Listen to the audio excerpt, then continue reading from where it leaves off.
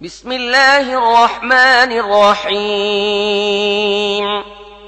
يا أيها النبي إذا طلقتم النساء فطلقوهن لعدتهن وأحصوا العدة واتقوا الله ربكم لا تخرجوهن من بيوتهن ولا يخرجن إلا أن يأتين بفاحشة مبينة وتلك حدود الله ومن يتعد حدود الله فقد ظلم نفسه لا تدري لعل الله يحدث بعد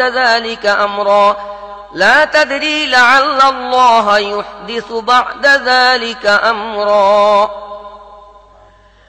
বিসমিল্লাহির রহমানির রহিম।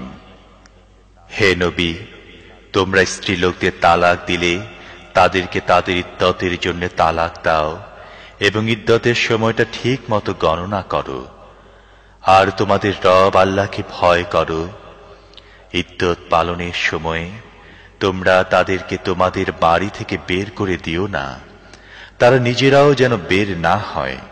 তবে তারা যদি স্পষ্ট অশ্লীল কাজ করে তবে ভিন্ন কথা। এগুলো আল্লাহর নির্ধারিত সীমা। যে আল্লাহর সীমা লঙ্ঘন করবে সে নিজেই নিজের উপর জুলুম করবে। তোমরা জানো না আল্লাহ হয়তো এরপরে সমঝোতার কোন উপায় সৃষ্টি করে দেবেন। فإذا بلغن أجلهن فأمسكوهن بمعروف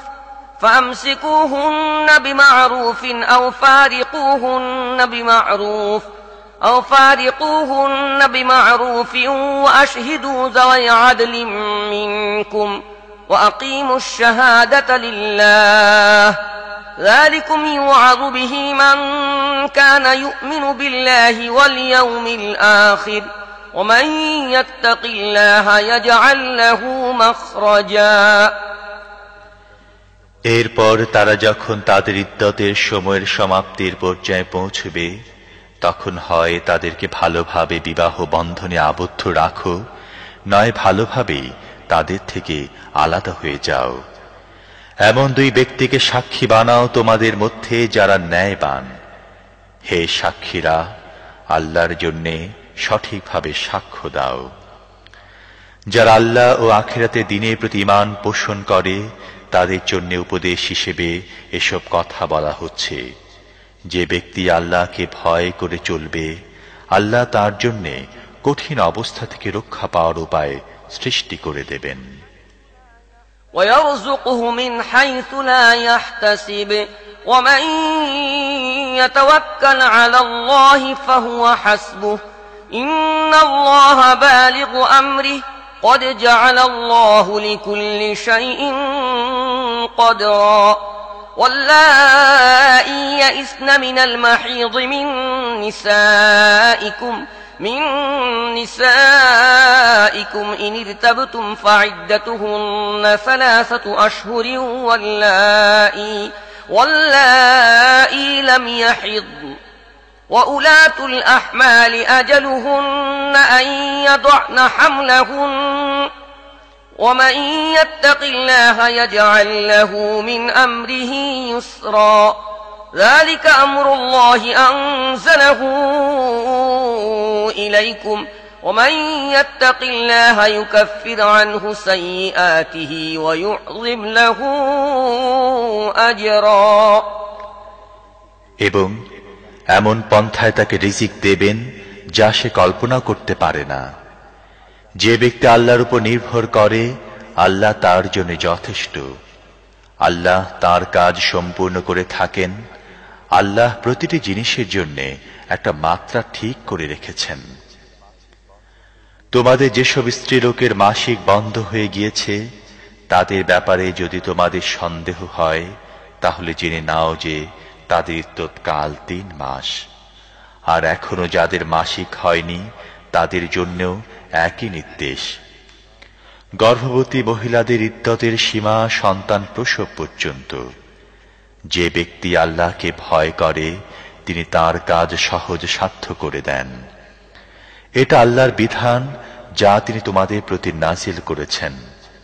যে আল্লাহকে ভয় করবে আল্লাহ তার গুনাহসমূহ মুছে ফেলবেন এবং তাকে বড় পুরস্কার দেবেন। أسكنوهن من حيث سكنتم من وجدكم ولا تضاروهن لتضيقوا عليهن وإن كن أولات حمل فأنفقوا عليهن حتى يضعن حملهن فإن أرضعن لكم فآتوهن أجورهن وأتمروا بينكم بمعروف وإن تعاسرتم فسترضع له أخرى لينفق ذو سعة من سعته ومن قدر عليه رزقه فلينفق مما آتاه الله لا يكلف الله نفسا إلا ما آتاها سيجعل الله بعد عسر يسرا। তোমরা তোমাদের সামর্থ্য অনুযায়ী যেরকম বাসগৃহে থাকো তাদেরকে ইদ্যৎকালে সেখানে থাকতে দাও। তাদেরকে বিপদগ্রস্ত করার জন্য উত্ত্যক্ত করো না। আর তারা গর্ভবতী হলে সন্তান প্রসব না হওয়া পর্যন্ত তাদের জন্য খরচ করো। তারপর তারা যদি তোমাদের সন্তানদের বুকের দুধ পান করায় তাহলে তাদেরকে তার বিনিময়ে দাও এবং বিনিময়ে দানের বিষয়টি তোমাদের পারস্পরিক আলোচনার মাধ্যমে উত্তম পন্থায় ঠিক করে নাও। কিন্তু বিনিময় ঠিক করতে গিয়ে তোমরা যদি একে অপরকে কষ্টকর অবস্থার মধ্যে ফেলতে চেয়ে থাকো তাহলে অন্য মহিলা বাচ্চাকে দুধ পান করাবে। সচ্ছল ব্যক্তি তার সচ্ছলতা অনুপাতে খরচ করবে, আর যাকে স্বল্প পরিমাণ রিজিক দেওয়া হয়েছে সে আল্লাহ তাকে যা দিয়েছেন তা থেকে খরচ করবে। আল্লাহ যাকে যতটা সামর্থ্য দিয়েছেন তার চেয়ে অধিক দায়িত্ব তিনি তার উপর চাপান না।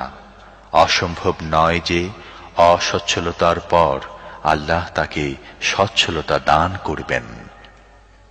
وكأين من قرية عتت عن أمر ربها ورسله فحاسبناها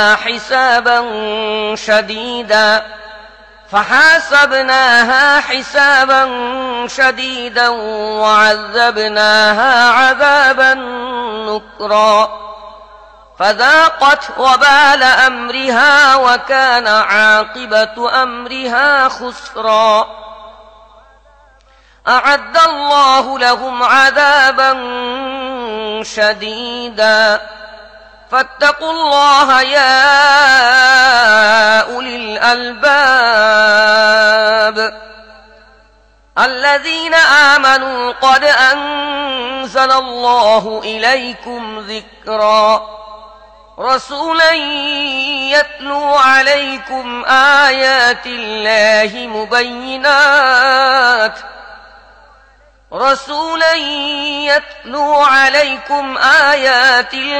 مبينات ليخرج الذين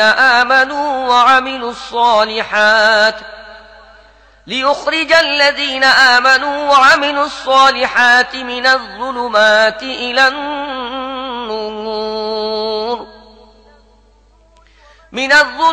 إلى النور ومن يؤمن بالله ويعمل صالحا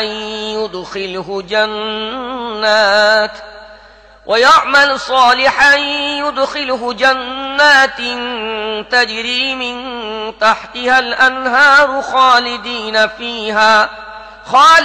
فيها أبدا قد أحسن الله له رزقا। কত জনপদ তাদের রব ও তার রাসূলদের নির্দেশের বিরুদ্ধে বিদ্রোহ করেছিল। আমি তাদের কড়া হিসেব নিয়েছিলাম এবং কঠোর শাস্তি দিয়েছিলাম। তারা তাদের কৃতকর্মের শাস্তি ভোগ করেছে। তাদের কৃতকর্মের পরিণাম ছিল শুধু ক্ষতি আর ক্ষতি।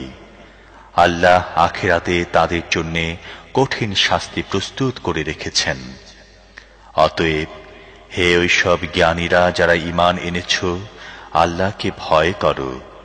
আল্লাহ তোমাদের কাছে এক নসিহত নাজিল করেছেন, এমন এক রাসূল যিনি তোমাদেরকে আল্লাহর আয়াত পড়ে শোনান, যা তোমাদের সুস্পষ্ট হিদায়াত দান করে, যাতে তিনি ঈমান গ্রহণকারী ও সৎ কর্মশীলদের অন্ধকার থেকে বের করে আলোতে নিয়ে আসেন। যে ব্যক্তি আল্লাহর প্রতি ঈমান আনবে এবং নেক কাজ করবে, আল্লাহ তাকে এমন সব জান্নাতে প্রবেশ করাবেন যার নিচ দিয়ে ঝর্ণা বয়ে চলবে। এসব লোক সেখানে চিরদিন থাকবে। এসব লোকের জন্য আল্লাহ সর্বোত্তম রিজিক রেখেছেন। الله الذي خلق 7 سماوات ومن الأرض مثلهن يتنزل الأمر بينهن